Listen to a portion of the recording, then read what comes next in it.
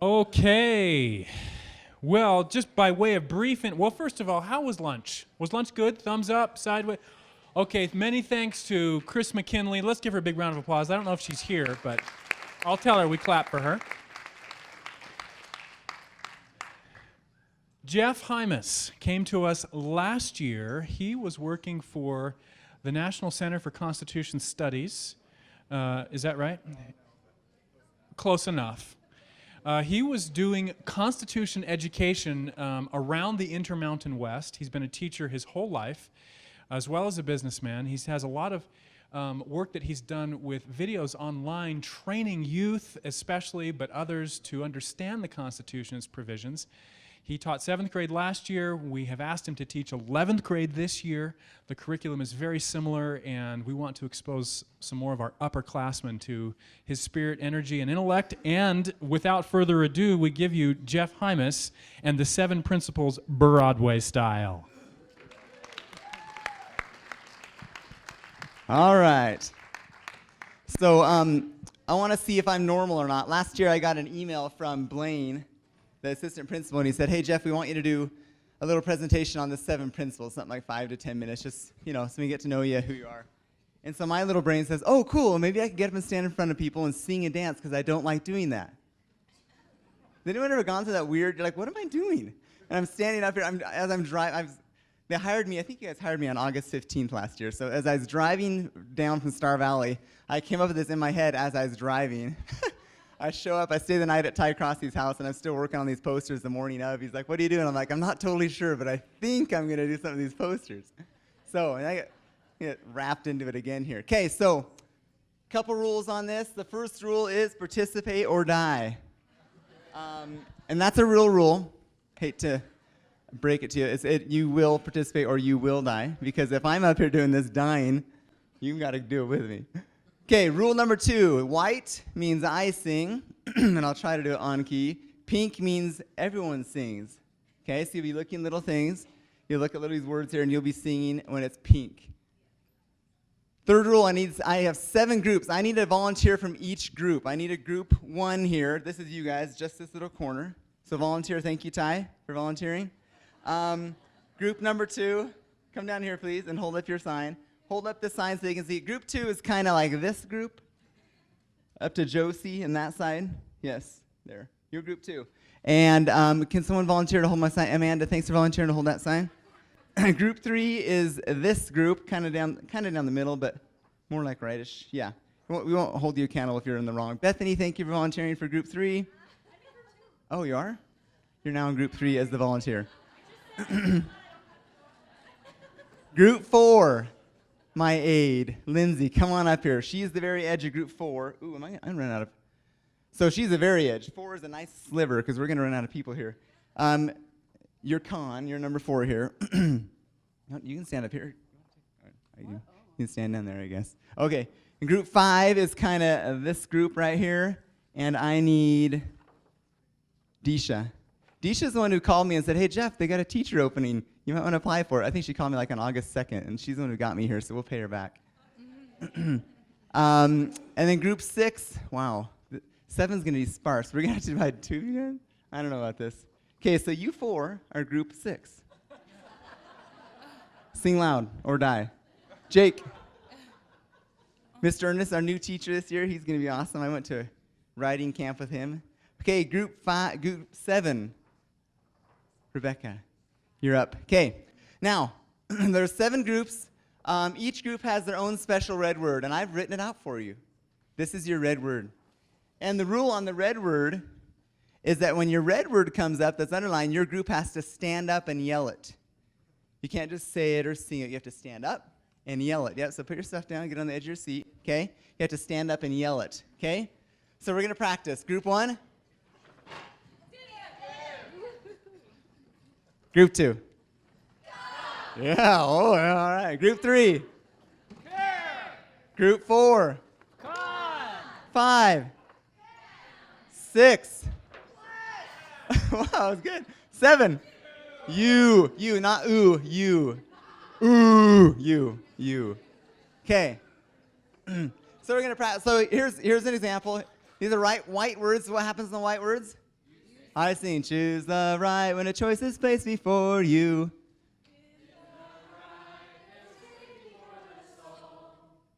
Whoa. Did I write that wrong? Here's the idea. The idea is you'd all stand up and say, choose, right? Because it's underlined, it's red. I wrote that wrong, didn't I? Well, they put it in the hymn book wrong. Okay. So choose is red, underlined, so everyone stands up. Choose the right, there's safety for the soul. Okay, you get it? That's what we'll be doing. I'll be singing white, you'll be singing pink, and you'll be screaming at the top of your lungs the red, if it's in your group. Only your group. Yes. Rule number 4, have fun. Laugh when you mess up, because I will be. And rule number 1, just in review, participate or die. Okay? Here's the part where I get nervous. Okay, go ahead, Jeff.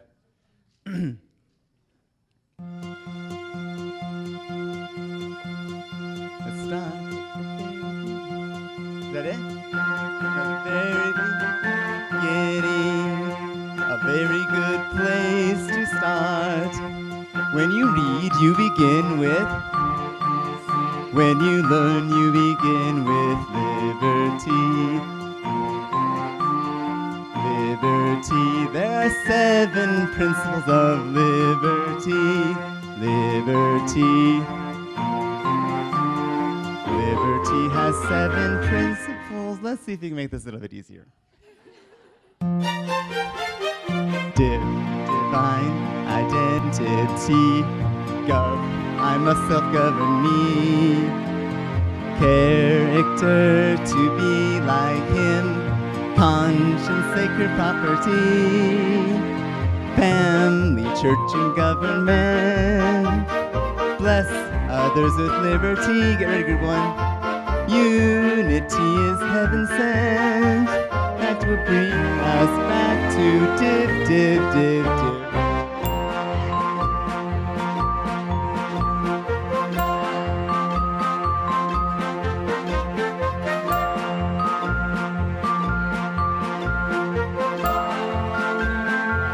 Very good.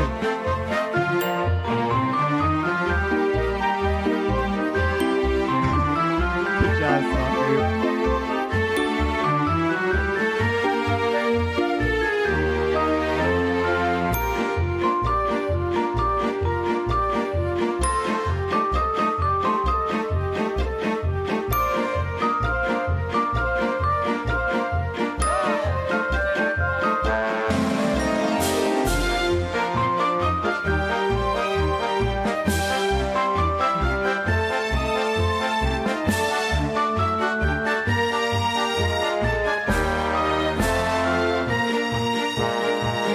Div, gov, care, compound, fuzzy, div, fam, div. Let me try that again. Hold on, we're not done. We're on round 1. Div, gov, care, compound, bless you, div, fam, div. There, now you can clap. We're not done. Okay, that was round 1.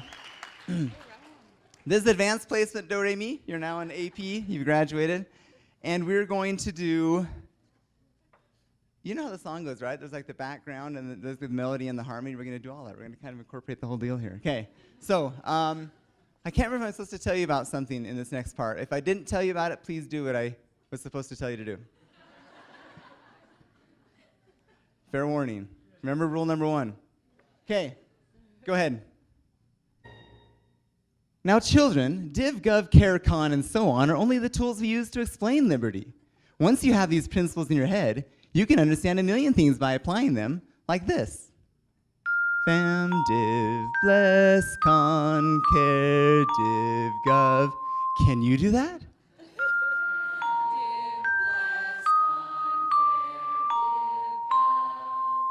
Fam, div, bless you, div, gov, div.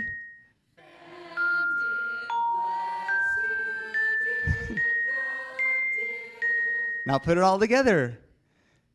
Fam, div, bless, con, care, div, gov. Fam, div, bless, div, gov, div. Good. So we put in words and 1 word for every note like this.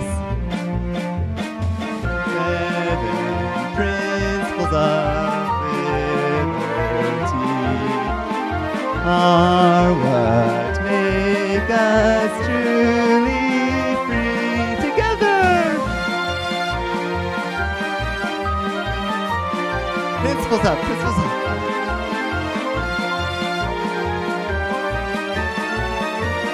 Get ready?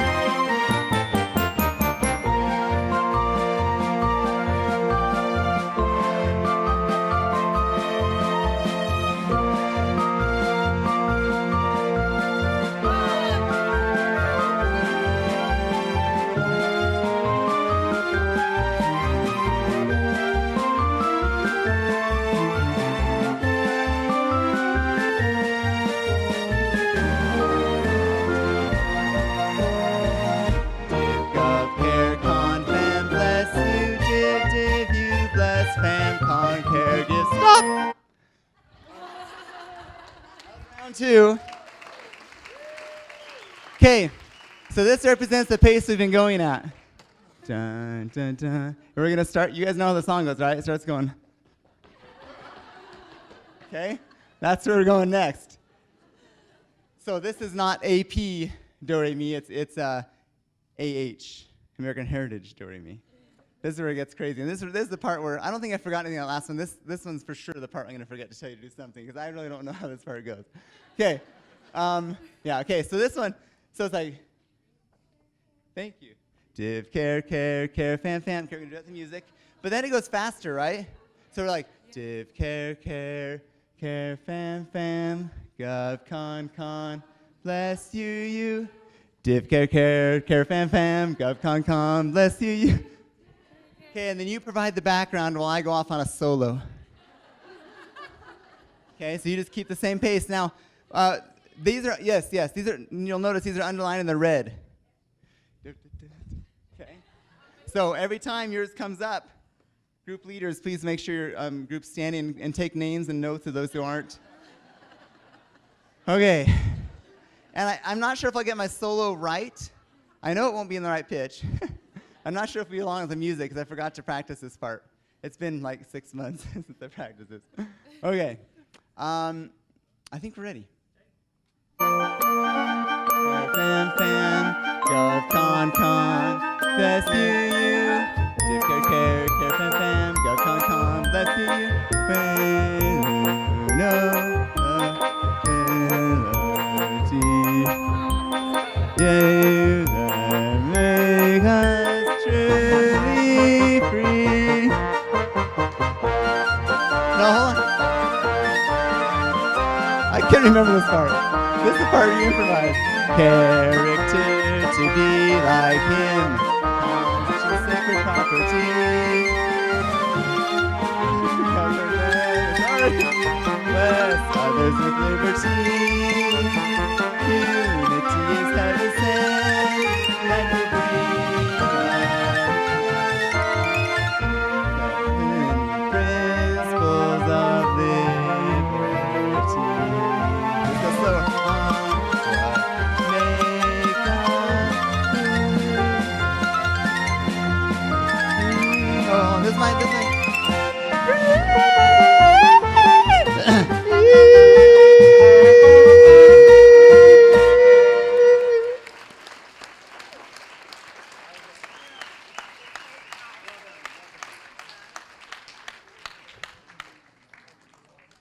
I knew I missed it the last time.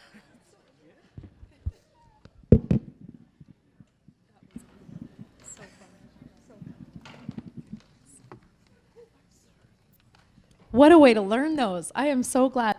Thank you, Jeff. That was so fun to do.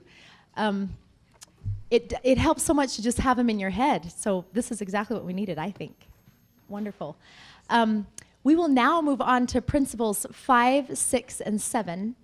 And then the methods will be discussed, for those of you that are new teachers, the methods will be discussed more fully in the new teacher orientation that will happen in the next couple of days. Great, thanks so much. We finished with, and let's just review principle 1. God has endowed each of his children with the right of life and liberty. Principle number 2, we only achieve liberty through the great liberator, Jesus Christ. The third is that when we are changed by Jesus Christ, we obtain his character. And America has a special heritage of Christian character that we would want to pass on.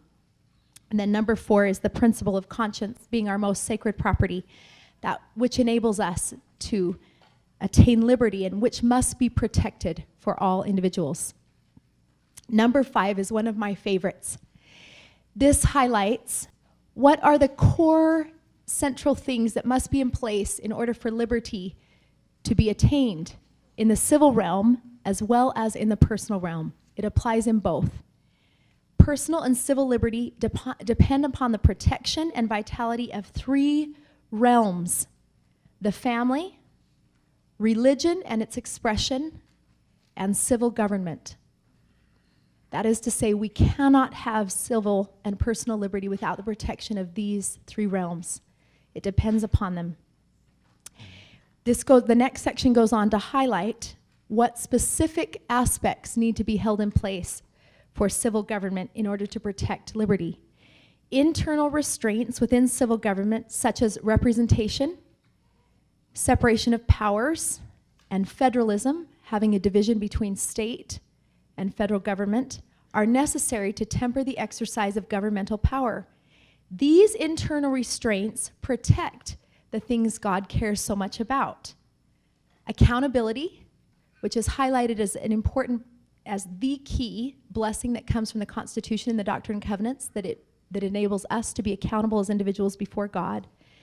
The rights and responsibilities of families that cannot be taken by any other entity, and religion and its expression. Okay, let's start with the family. Why would the family be so core to the protection of liberty? And I'm just going to ask you quickly for your thoughts on that. Why would we talk about the family in relationship to liberty? It's where it's taught. Thank you. There was a hand here. All of the core principles that every person develops begins in the homeland. Thank you. The core principles that a person develops, even their capacity to internalize principles, even their capacity to exercise liberty, comes from that process of being born into a family, right? A totally vulnerable human being born to the care of individuals who nurture them in their capacities to exercise liberty. Thank you. Others, why would we talk about the family? Yes.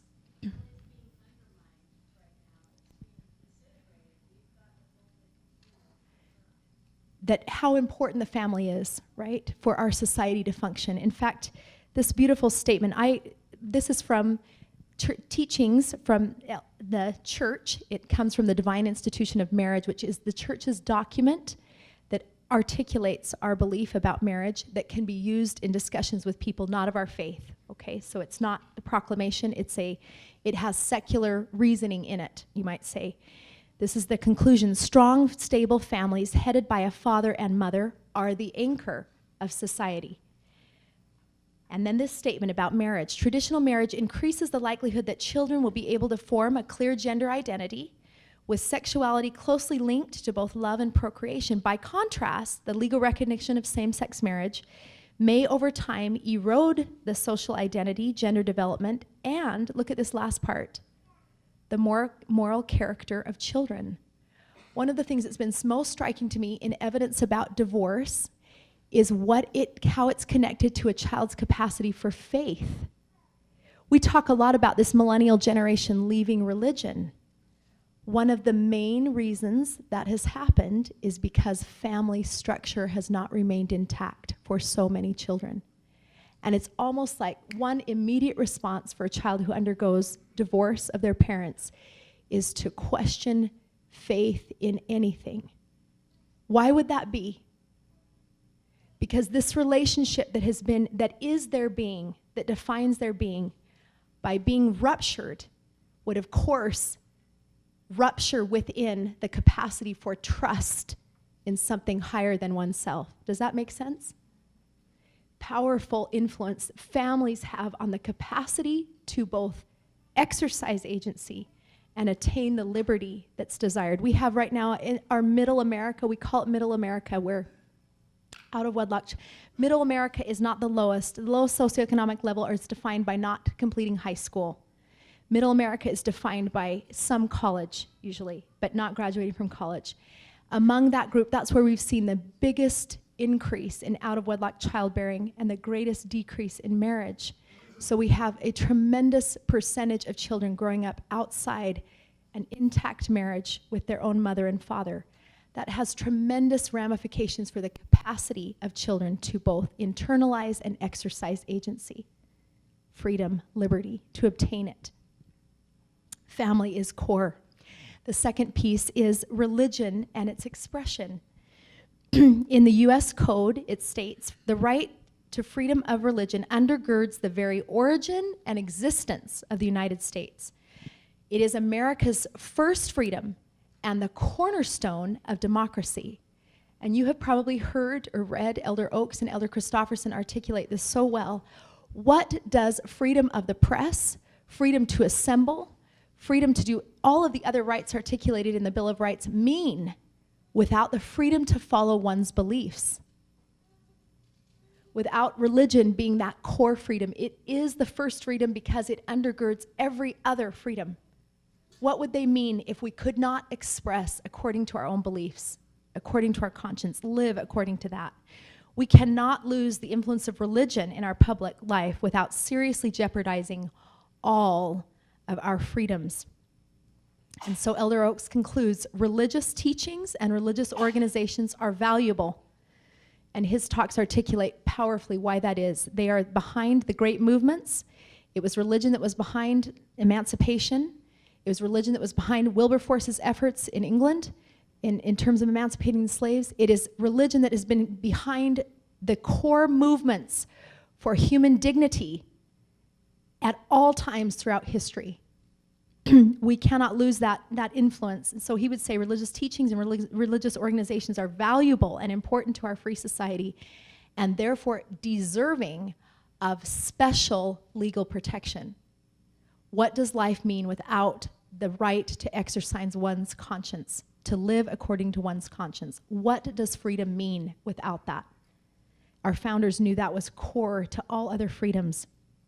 And this means a robust freedom is not merely freedom to be left alone, right? Now in our elite, the elite class will talk about, we won't come in and make you marry certain people within your churches, right? But it's not just the power to be left alone to worship within one's home or within one's church. It is the freedom to live one's religion or belief in a legal, political, and social environment that is tolerant, respectful, and accommodating of diverse beliefs.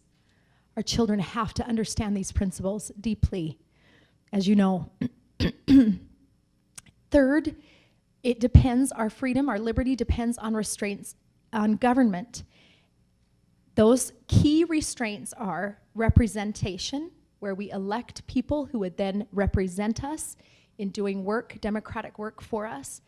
A separation of power among the three branches, the legislative, the judicial, and the executive, which cites the beautiful verse in Isaiah that says, the Lord is our lawgiver, the Lord is our judge, and the Lord is our king. He alone has the power to hold all three within himself, right? And exercise that justly.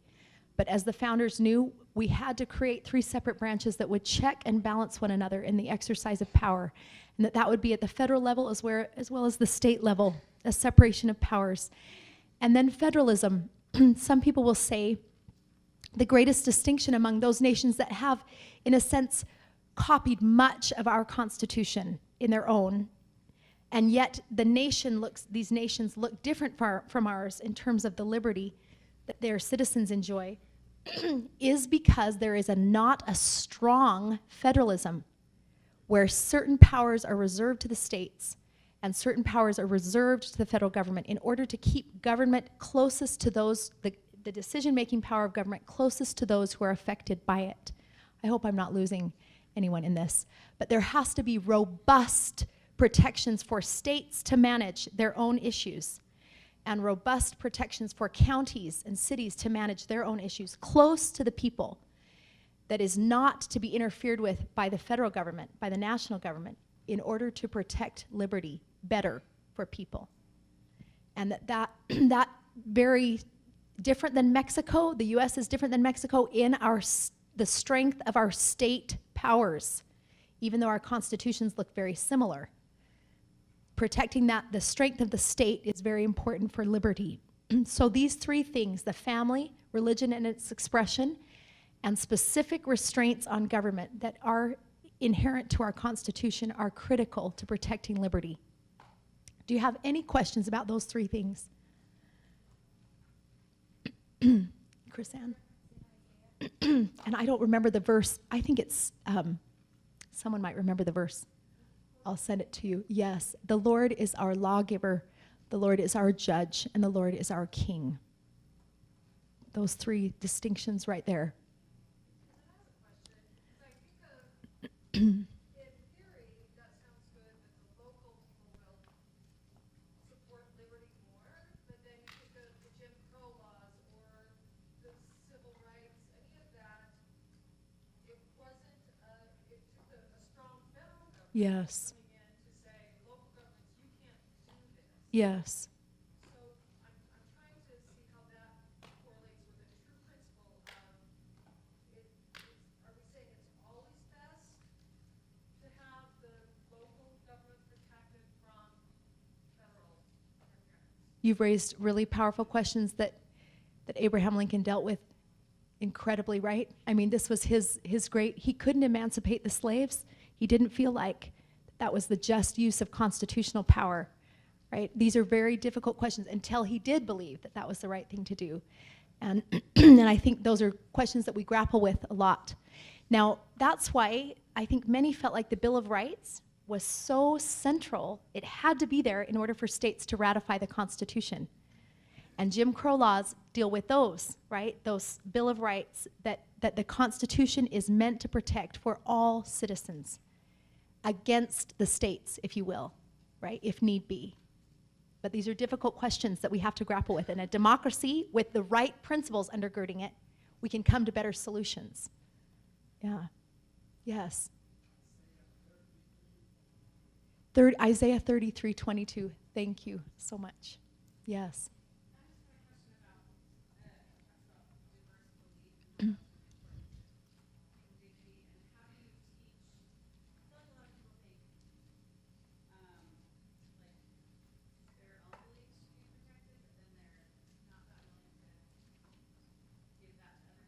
Yes. Yes. Yes.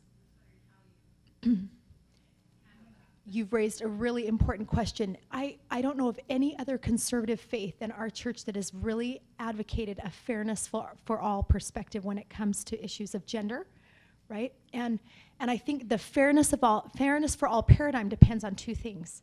It depends on a robust appreciation for religion and religious beliefs and a protection of religious beliefs. And it depends on a belief that we should all be able to live together in peace and accommodate one another's beliefs. And that's the goal. Those are the principles our children need to internalize strongly. We want to live together in peace. And there is a way to do that. There is a way to do that. It requires some compromise often, but with the goal of doing all we can to protect people's right to live according to their religious beliefs and conscience. And it's a unique paradigm. Our church has given us a marvelous goal to work for. Fairness for all encompasses a marvelous goal that would lead to greater peace. But I don't know of any other faith, conservative faith, that's advocating for it. It's inspired. Number 6, cultivating Christian self-government. This beautiful principle helps us lead from the self, and we put in place the structures. We focused on the other principles, 1, 2, 3, and 4. God's endowment of liberty, that liberty comes through the great liberator, that character is the byproduct of following Christ and our heritage as Americans, and that conscience is the way to protect and attain liberty. And then we've got the structures in place, family, religious freedom, and the restraints on government. Now we have this beautiful principle of, I seek not only for my own liberty, but I seek to enable all others to have the blessing of liberty. It's the great purpose of America, that liberty and the truths of the great liberator could spread throughout the earth. Individuals who experienced liberty through Christ, think of your young men and young women who have served missions, have known liberty through Christ, seek to bless others with liberty. Christ's followers are obligated to cultivate and protect the right of self-government for all mankind. We are obligated to protect, just as Joseph Smith said, that he would die to protect the liberty of any other religious believers. Civil liberty is best protected when the decision-making authority of government resides that is at the level that is closest to those affected by its decision. So coming back to your question, right, a belief that we want to keep the decision-making of government as close as possible to those who will be most affected by its decisions. Examples, the prophet Joseph, remember that beautiful quote, a man who is changed by the Spirit of God seeks not only to follow Christ himself, but to enable all others. He roams throughout the world, ranges throughout the world, trying to bless all mankind. The sons of Mosiah couldn't be kept home to even become one of them to become king, couldn't imagine that others would be suffering out there, that they had to go and help others to know the liberty, the source of liberty that they had come to know. Family history work is that way, right? That we unlock the way for those that are of us, our family members. We unlock the gates to heaven for them, a sacred work, freeing them from bondage. And then, of course, these wonderful early Americans. Samuel Adams, we can give to him the credit for uniting the colonies in this remarkable coming together of mind and heart in a desire for liberty. And it was he who wrote out the documents, then were sent all over, building the principles that these colonists would need in order to stand up against the government of England in their own strength, pursuing liberty. And then this other great man that I just recently came to love, Jonas Clark, he was the preacher there at Lexington, had his little congregation, his band there at Lexington, a minister who talked to them about liberty from the pulpit, about liberty, and imbued in the hearts of these families an appreciation for their divine endowment, their inalienable rights, that if they were equal before God as in their right to prophesy, that they should be equal before God and to one another in the civil realm. Love this description of him. One of the children of the Pilgrims, he was the pastor who prepared the minds of his congregants to be the first to courageously stand before British soldiers determined to take their own arms. He was the source of the inspiration and unity of that courageous band at Lexington Green. And wow, what it started, that shot her around the world. And it was Jonas Clark and his powerful teachings from the pulpit that inspired those men and women to defend their liberties at that moment.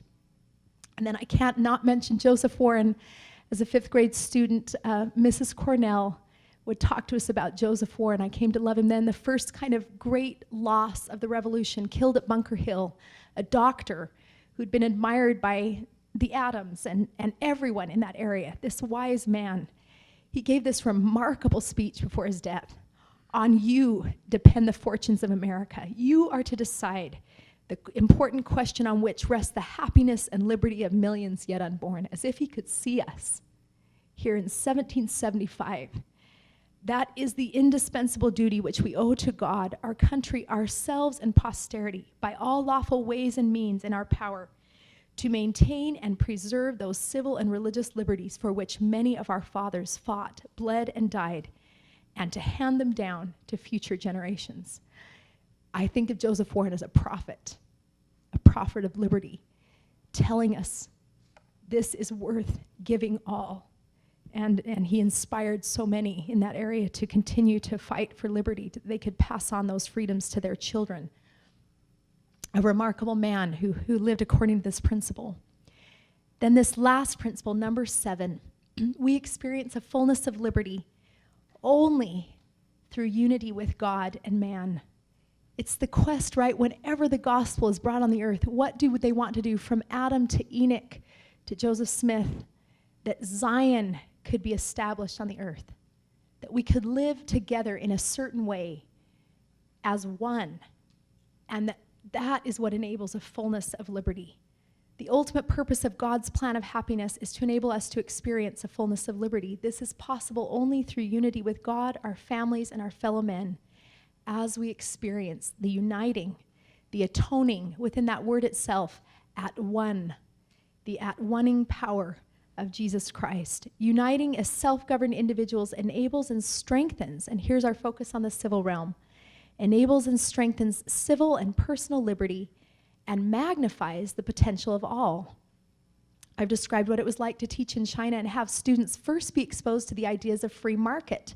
That was so novel to them, to think that private property could then be exchanged with one another and that all would benefit, right? And so I would describe here these early pioneers had no oranges. Roads were built. They could trade their potatoes or their corn for oranges in California, and all were benefited by this beautiful process of free market. And it wasn't a government that was distributing everything so pathetically, as many of them had grown up seeing in China, but it was individuals who were free, uniting it under law together, that could facilitate this wonderful exchanging that allowed for an increase of liberty. That's what happens in families, right? As we unite together, all are magnified, and the potential of all is magnified. What it means to a man to be married, and what that does for his potential, what it does for us when we become one, where we are so magnified. A fullness of liberty is to be completely free to be for the other. That is to be one with God, one with our spouses, one with our families, one with all of his children. Through that oneness, we become fully magnified as individuals. That is Zion. These early pilgrims, isn't that beautiful that they were very careful when they signed the Mayflower Compact to talk about it as a covenant, that it was based on a covenant, uniting together under these laws, that we covenant one with another to obey these laws. Unity being established by covenant, chosen, self-chosen covenant. And then this beautiful scripture that we know from Paul, till we all come in the unity of the faith and of the knowledge of the Son of God, unto a perfect man, unto the measure of the stature of the fullness of Christ, that all of us, each with one wing, only when we embrace, able to fly together. That is what God envisions for us. Oneness in his family, united together, strengthening the capacity of all. Now, I'll just end with this. That's the last principle. And here's the list of methods that are used to facilitate the teaching of these principles. We start with the timeline, providential timeline, showing Christ and his story throughout history. Biographies and storytelling, the celebrations that we have, memorizing together. 4Ring, which helps elucidate the principles, word studies, notebooks, and devotionals. And you'll have time, those of you who are new to these methods, will have time to learn more about how these specific methods are done in classes and why they are critical to helping us establish a pattern of liberty, establishing the truths of liberty as children grow and learn and develop in those ways. I am so grateful for these principles. I'll never forget hearing them for the first time and feeling. I'd grown up with lots of political talk in my family, but for the first time, all of us heard these truths talked about in terms of the plan of salvation, and I could see liberty, that Christ's whole effort, his life, his death, his resurrection, was to enable me to become free to give my life to him and to those around me. And I hope that we'll look for ways to teach the true principles of liberty in our teaching to our children and in our students to our students. And I'm certain heaven's power will be with us as we do that. For certainly there could be nothing more important that God would want for them to know. And I leave those teachings with you. Thank you so much.